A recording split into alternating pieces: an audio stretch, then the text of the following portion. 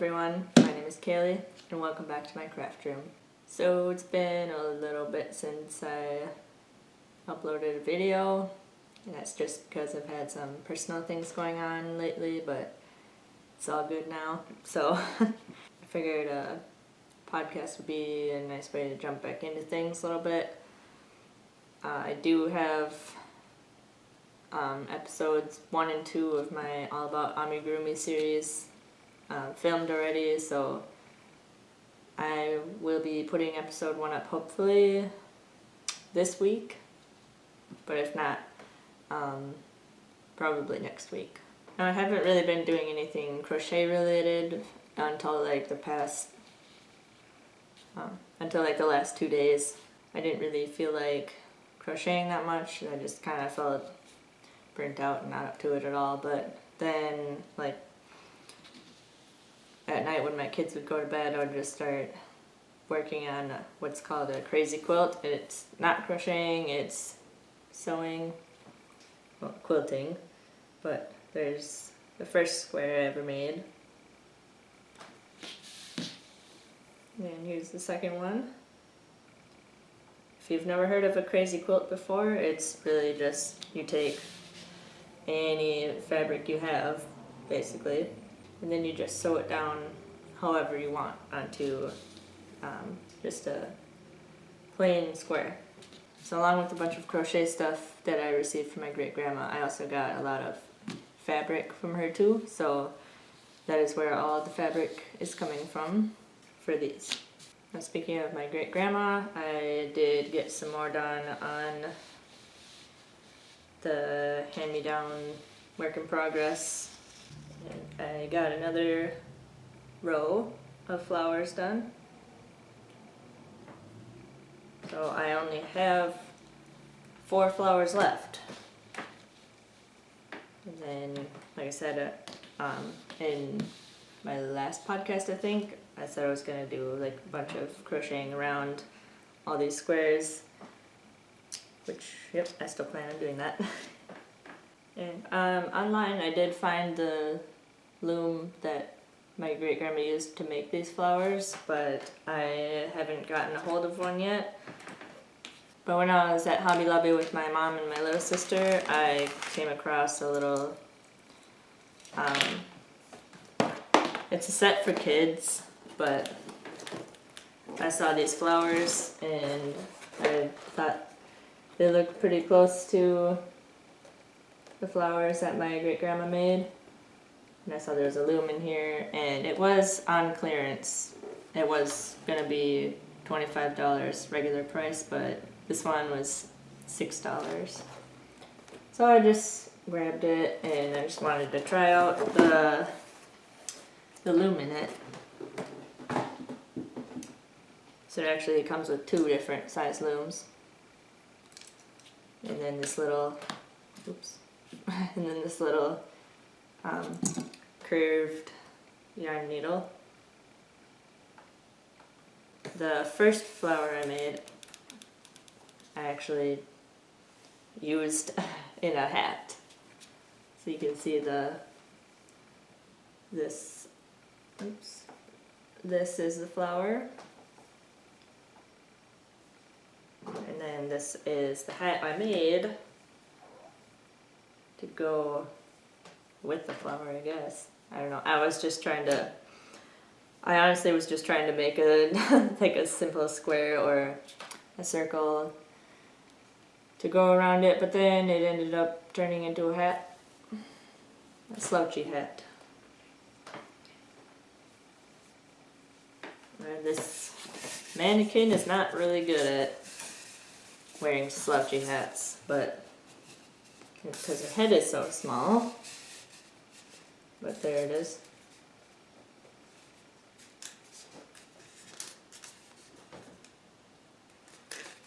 I personally don't think slouchy hats really look good on me, but I think they are cute, so I just decided that I would try to make one. And I think that was the first hat that I fully designed by myself.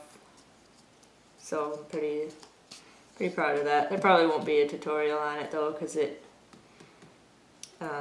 does require like a random loom like this, and the pattern is just not like perfect enough, I guess.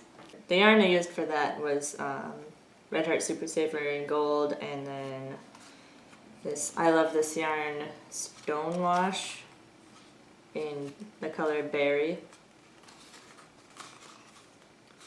This is actually the first time I tried Hobby Lobby's I Love This Yarn, and when I went there with my mom and my little sister, I also got it in this color. I specifically picked out these two colors for a hat for someone else. But then I had a bunch of this berry color left over. I really liked it, so I ended up using it in the hat. And I got some more scraps from that for my little scrap ball. Along with those two skeins of yarn from Hobby Lobby, I also got this one that I thought was really cool. It's also I Love This Yarn, and the color is Marled Purple. So it looks really cool how the two colors were twisted together. Then I also got this one, which I really thought was cool because it has like a bunch of different colors, like greens and purples and blues, twisted in with black throughout. And the color is Moody Mosaic. I'll probably make a hat for myself with that one because I really think it's cool.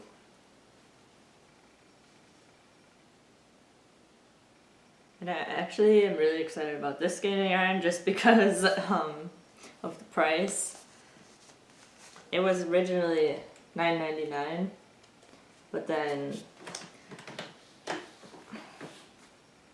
but when I got it, it came all messed up. There was like a bunch of yarn guts or whatever, like sticking in the label. So it was just a mess. So I'm assuming that's why it got put on clearance. But so it was $9.99, and then it got reduced to $2.49, which is $7.50 savings. So that's pretty good.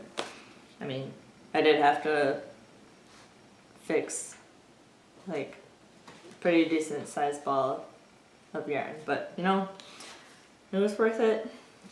And I am patient enough to rescue some yarn like that. I know not everyone is, but I just couldn't pass up a deal like that. So I did that time-lapse video for this hat. Well, along with that one, I have like a bunch more that I have just been neglecting. I've been meaning to finish them too. But, this one's finished just because it's like done in half double crochet and it didn't need a fleece liner. So I got that one done, and then this one is like a child size, also half double crochet, doesn't have a liner. But then I have like a whole bag full of hats that I need to finish. I have this one. Now I'm in Wisconsin, if you couldn't tell already, because, you know, Packer colors. But this one would be for like the Badgers. It's the only one of that one I have right now. Then I have, well, this one's like ready for the fleece, but that's another Packer one. I actually have several Packer hats, but they're like all different, all slightly different. So this one is just, this one's bigger than the rest of them, I think. And the border isn't, or the brim isn't as wide either. I have this one without the pom-pom, this one with pom-pom, and then this one with pom-pom. You can see like, well, these were the first ones I made, so they're all like different yellows. So I was just trying to use up what I had in my stash. And I also was trying to like find the perfect yellow to use. And we do have some Vikings fans here in Wisconsin too, so I didn't forget about them. We got 2 Vikings hats.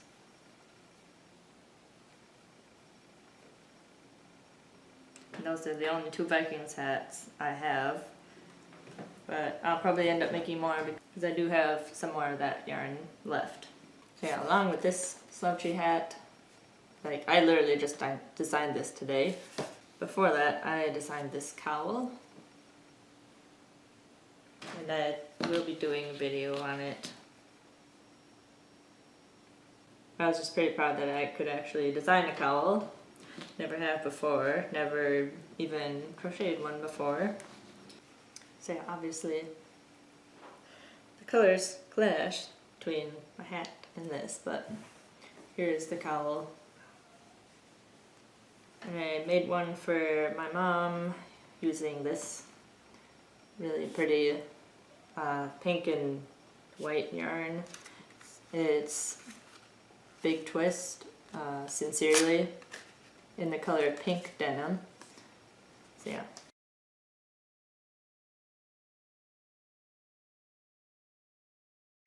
I had 2 balls of that and I used 2 strands at the same time for hers because when I designed this, I actually used a bulky yarn. And this is Hometown USA, it's by Line Brand, in their Key Largo Tweed color. And my husband actually got me like 3 balls of this one time randomly, and I had no idea what to do with it because I usually don't use bulky yarn, but finally found a use for it, so that was pretty cool, and he was happy to hear that. I mean, of course I have like a whole skein left, but I'll find something to do with it. Now this cowl took 2 of these balls plus like a little bit of this one, and I have no idea how much I used of this because I did use 2 different balls at one time, and then I had a bunch left over, and then I made my mom a coffee cozy as well, and then I made a little pouch for my little sister, and I will insert some pictures right here of that.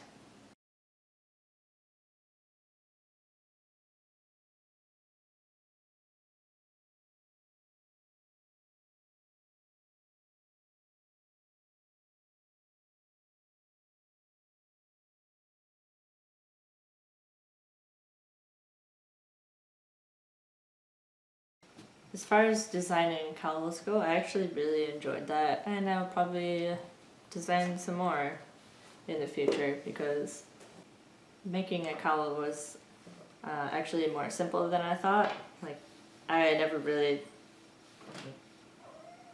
like I said, I never made one with anyone else's pattern or anything. I was just looking at videos on YouTube the other day, and I came across like a bunch of different cowls because it's like fall right now.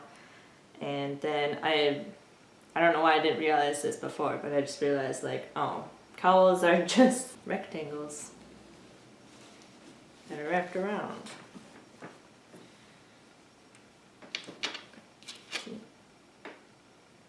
I did not realize how simple cowls were until the other day.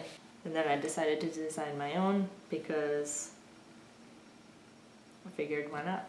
I'm pretty good at designing amigurumi, so like cowls couldn't be that hard, right? Now the thing that scares me about making like crochet apparel or just like, you know, things you can wear that are crocheted is like the sizing. I'm always scared it's gonna be like too small or too big.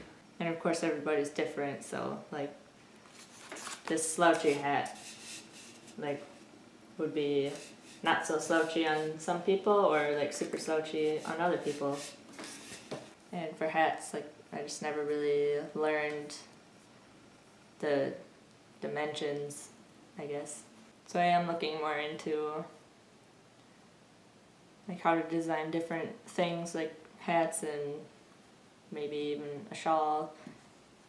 Actually, when I was looking at cowls on YouTube, I was seeing a lot of shawls too. And after designing my own cowl, I really wanted to design a shawl as well. So hopefully there will be more cowls and a shawl and some hats for me too, along with all my amigurumi stuff. And I actually tried to design a purse once, or like a wallet. I don't even know what you can call this really, but it's just a tiny little thing. It's supposed to be like tree bark, and it's not even that big, but it was mostly just like a practice thing. And then that green thing is a leaf, if you couldn't tell. So yeah, I'm into like fairy tale, like fantasy woodland stuff, so that's kind of why I wanted to make this look like a tree, I guess. And I would love to design a fairy doll as well, because I think that would be really pretty. The wings might be a challenge, but I really like to push myself when it comes to designing things. And there are two people that I would like to thank for helping me gain some more subscribers. As of right now, filming this, I have 92, and like in one day when I checked it, I was at like 78, and then it went up to 92, and I was like, why is that? And so I looked at my notifications, and I saw that Laurel from the Dabbling Hook had mentioned me in one of her podcasts, so thank you so much for that. Like I really appreciate that. As other YouTubers know, it is pretty hard to like get your channel up and going, so it's nice when other YouTubers can help out the little guys. Then the other person I wanted to thank was Krista from the Secret Yarnery. So I think she has like a series going about people starting YouTube channels and everything. She actually watched some of my videos, and she just put up a video recently where you can write a comment below that video about like what your channel's about and everything, so people can find you if they're interested. So that was really awesome and thoughtful of her too. So thank you, Laurel and Krista, for helping me gain some more subscribers. And I think maybe at 100 subscribers I'm going to do my first giveaway, just as a little thank you to everyone for watching me and supporting me and wanting to see more from me. I promise I have like so many more video ideas. It's just hard to pick which one to do next. If I'm in the middle of working on something, then I'll get an idea for something else, and then I'll have to like either write that down or start crocheting it and see if like what's in my head can actually be done. So I kind of have to learn how to just pick which ideas would be the best and most interesting for everyone. This was probably a long podcast, but I had a lot to say today. So thank you to Laurel, Krista, and everyone who subscribed to me. So if you'd like to stick around and see more from me, just hit that subscribe button and turn on the bell so you can be notified whenever I upload my next video. Thank you so much for watching, and I'll see you in the next one.